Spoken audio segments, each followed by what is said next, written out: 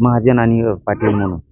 तर ते एकाचं निलंबन त्यांच्या हातात एस पीच्या PSI ते म्हणले मी लगेच रात्री 9-10 वाजेपर्यंत करू, सकाळपर्यंत करू द्या, हरकत नाही. आणि दुसऱ्याचं जे त्यांचा चौकशी करून अहवाल पाठवायचा आहे त्यांना आयजींच्या हातात आहे. तर आयजीने सांगितलं यांचा अहवाल आला, ते SP साहेबांना सांगितलं यांचा अहवाल आला तर त्याला पण आम्ही निलंबित करतो आणि आरोपींना धरायचं. आणि हे जे त्यांच्या मागण्या होत्या त्या मागण्याबाबत त्यांनी लेखी दिले त्यांना, बरोबर का हो? तुम्हाला लेखी पत्र दिलेत ना, यांना लेखी पत्र दिलेत सगळे. आणि ज्यावेळेस गाव हो म्हणलं त्याच वेळेस आपणही हो म्हणलं.